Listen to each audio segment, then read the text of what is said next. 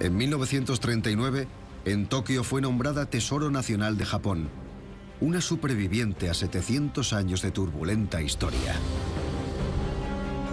Fue solo durante el caos de la Segunda Guerra Mundial cuando empezó el misterio de la Honjo Masamune, con su desaparición.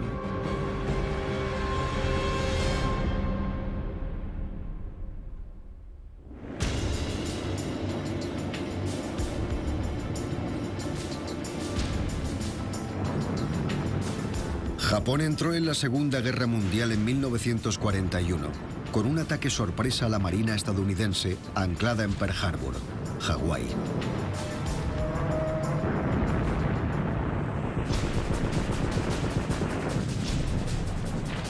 Mientras Japón enviaba millones de tropas a la batalla, los altos mandos fomentaban el reclutamiento y elevaban la moral promoviendo los ideales del antiguo pasado japonés, el bushido, el camino del guerrero y las heroicas hazañas de los samuráis, y empezaron a entregar espadas.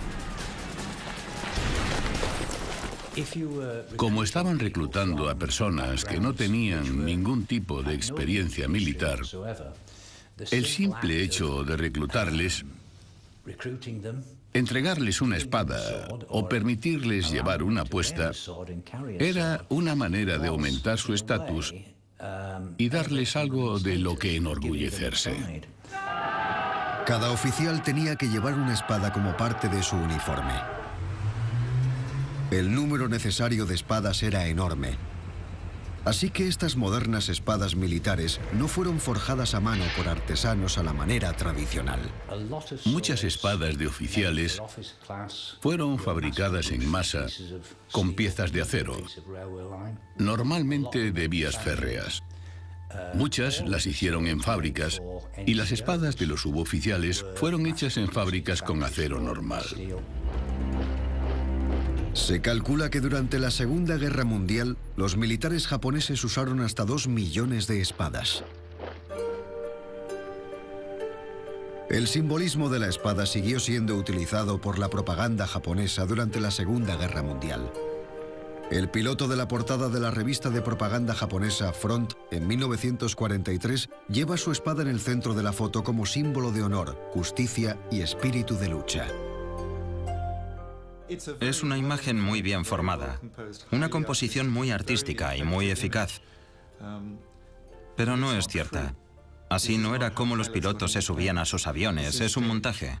Pero los mitos samuráis sobre el sacrificio eran muy útiles para que los pilotos se armaran de valor antes de meterse en la cabina de un avión en el que quizá iban a morir.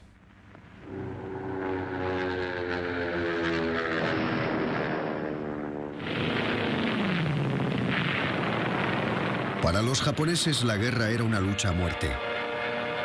Para el emperador y el gobierno, rendirse no era una opción.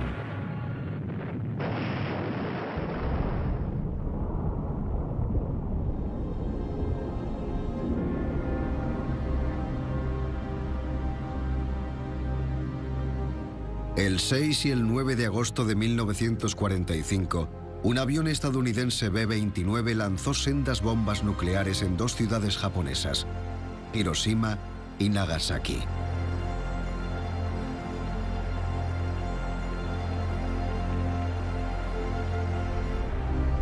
Tan solo 6 días después, los japoneses tuvieron que soportar lo insoportable, pensar lo impensable, se rindieron.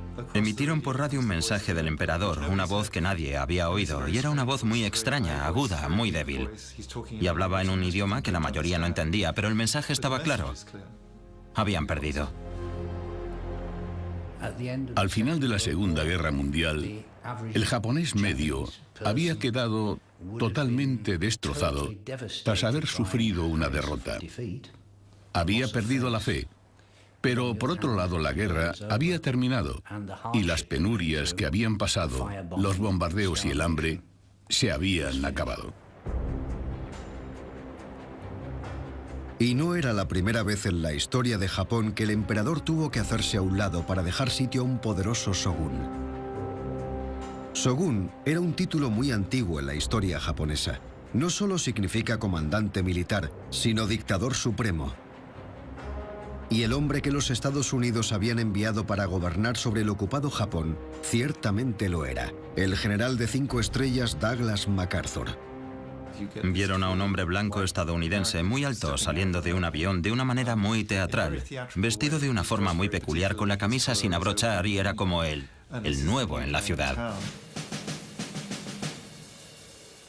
MacArthur era un dictador, el comandante supremo. Era una época caótica y a MacArthur le habían encargado un trabajo muy particular. Era consciente de lo que tenía que hacer, muy carismático y muy hábil.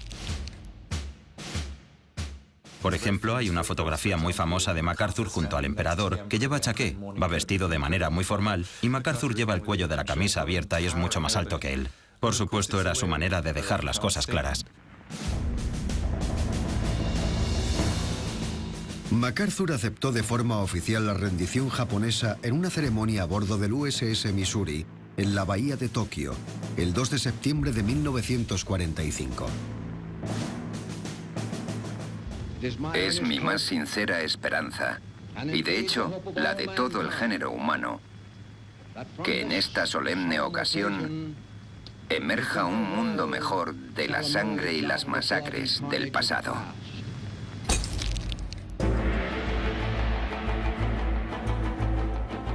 En cuanto se firmó la rendición, MacArthur, como comandante supremo de las potencias aliadas, se puso a trabajar.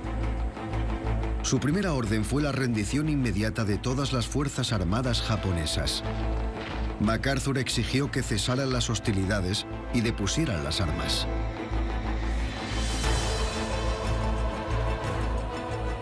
Al principio de la ocupación había dos objetivos principales. El primero y más urgente era la desmilitarización, quitarles las armas para asegurarse de que no volvieran a hacerlo. El plan de MacArthur consistía en asegurarse de que Japón no pudiera volver a declarar la guerra. La desmilitarización y el desarme total eran primordiales.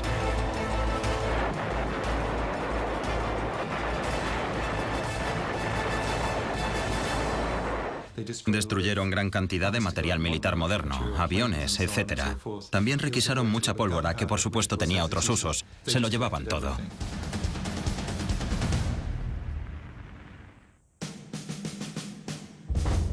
MacArthur pronto había destruido cientos de barcos y miles de aviones. ¿Pero qué iba a hacer con todas las espadas? Cada oficial japonés llevaba una colgada del cinturón. Había millones, pero MacArthur estaba decidido a recoger todas y cada una. No porque las espadas fueran una amenaza militar, sino por su imperecedera importancia simbólica. Ciertamente, requisar armas era una manera de demostrar su autoridad. Por supuesto que la espada no era un arma como tal, era una declaración simbólica de autoridad. La llevaba alguien que estuviera al mando. Así que arrebatarles ese símbolo de autoridad era importante.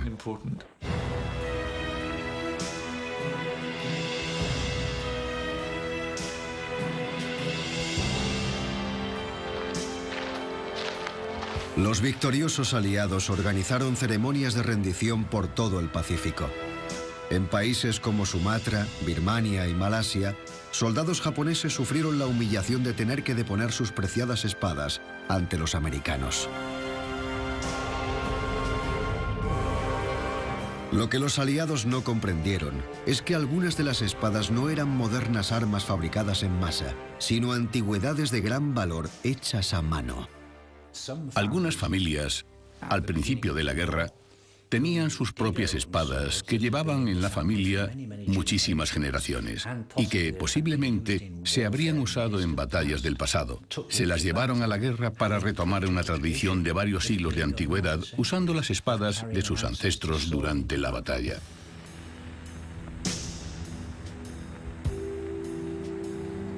Entregar una venerada reliquia familiar era especialmente doloroso. Se entregaron cientos de miles de espadas. ¿Pero qué harían con todas ellas? Algunas fueron entregadas como premios a los oficiales aliados o a los civiles que habían destacado por sus acciones durante la guerra. A algunos les dieron espadas fabricadas en masa y a otros obras de arte de varios siglos de antigüedad. Los estadounidenses no lo sabían o no les importaba. Pero la mayoría de las espadas no fueron regaladas. Fueron destruidas.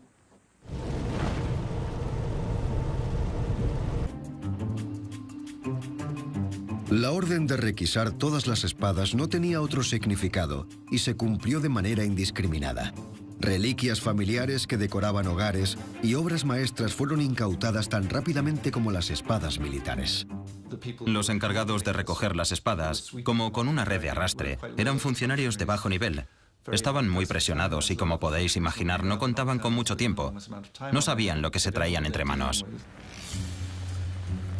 Los dueños de las espadas recibieron órdenes de llevarlas a puntos de recogida como comisarías. Incluso la familia aristocrática de los Tokugawa, que antaño fueron shogunes que gobernaron Japón, no fue una excepción. Las instrucciones eran la ley y les ordenaron que entregaran todas sus espadas, incluida la legendaria Honjo Masashi.